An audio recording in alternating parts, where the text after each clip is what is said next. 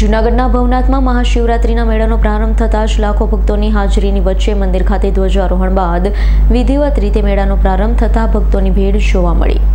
સમગ્ર ભવનાથ પંથક જાણે શિવમય માહોલમાં રંગાઈ ગયું હોય તેવો માહોલ બન્યો છે। હાલ સાધુ સંત અને લોકોની આસ્થાનું કેન્દ્ર ભવનાથના મેળામાં ભજન, ભોજન અને ભક્તિનો ત્રિવેણી સંગમ જોવા મળી રહ્યો છે।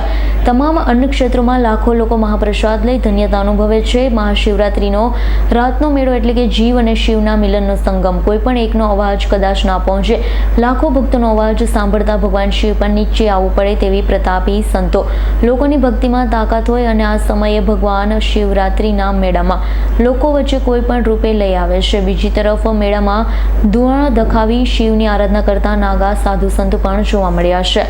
મહાશિવરાત્રિ રાત્રિના મેળામાં દૂર દૂરથી ભક્તો અહીં આવતા હોય છે। મહાશિવરાત્રિ રાત્રિના સમય નીકળતી શાહી રવેડી મેળાનું આકર્ષણનું કેન્દ્ર હોય છે। રવેડી પૂર્ણ થયા બાદ અંતમાં નાગા સાધુઓ મૃગી કુંડમાં શાહી સ્નાન બાદ મેળાની પૂર્ણાહુતિ થતી હોય છે। 4 દિવસના મેળા દરમિયાન તમામ આશ્રમ, ધાર્મિક જગ્યાઓ પર મોટા પ્રમાણમાં અન્નક્ષેત્ર ચાલે છે। આવનાર તમામ ભક્તોને પ્રેમથીને જમાડવામાં આવે છે। દેશ વિદેશમાંથી મેળાની મોજ માણવા શિવ ભક્તો આવે છે। અહીંયા તમામ કલાકારો પોતાની આગવી શૈલીમાં ભજનો રૂપી કાલાવાલા કરી ભગવાન શિવને રીઝવવાના પ્રયાસ કરે છે। સૌ પ્રથમ તો સમસ્ત સનાતન હિન્દુ સંસ્કૃતિને જે ભાવ પ્રેમથી માનનાર છે તમામ પરિવારોને મહાશિવરાત્રિ પર્વ નિમિત્તે ખૂબ ખૂબ શુભેચ્છા વ્યક્ત કરું છું।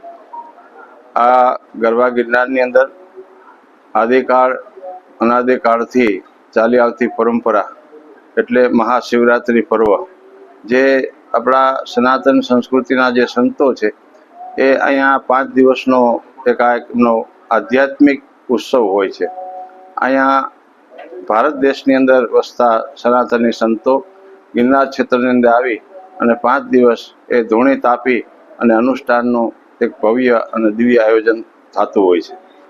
આ ભાવ સાથે સનાતન પ્રેમી બધાએ આ દર્શન, સંત દર્શન, સંતોના ભંડારાના દર્શન અને ભોજન અને ભજન, આવા ત્રિવેણી સંગમનો આ કાર્યક્રમ હોય છે અને આની અંદર અનેક લોકો એ દર્શન કરી અને જીવન ધન્ય કરતા હોય છે।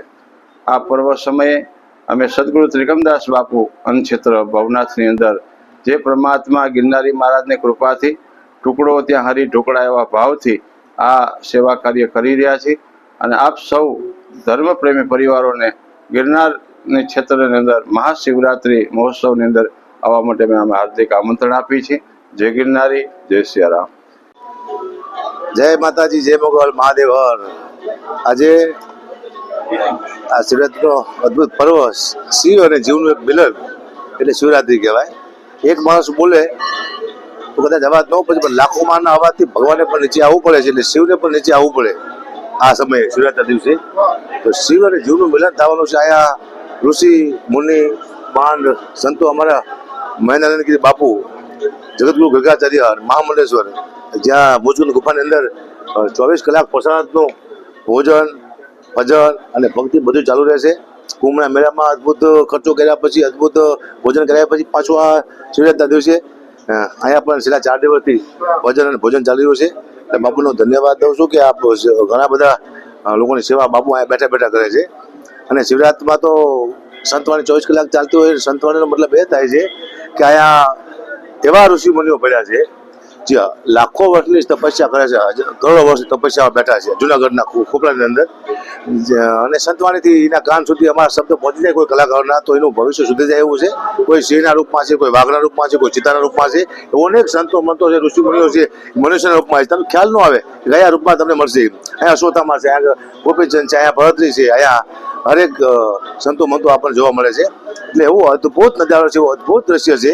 હું તો બધાને વિનંતી કરું છું, હું તો પહેલી વાર આવ્યો છું શિવરાત્રિમાં, પણ બધાને વિનંતી કરું છું આખા દેશમાં કે એકવાર ચોક્કસ શિવરાત્રિના દિવસે જુનાગઢની ચોક્કસ મુલાકાત લેજો। કારણ કે આ જે સાધુ સંતો મળશે, જે પ્રેમ ભાવના લાગણી અને સંતવાણી ભજન અને ભોજન મળશે એવું બીજે ક્યાંય મળશે નહીં।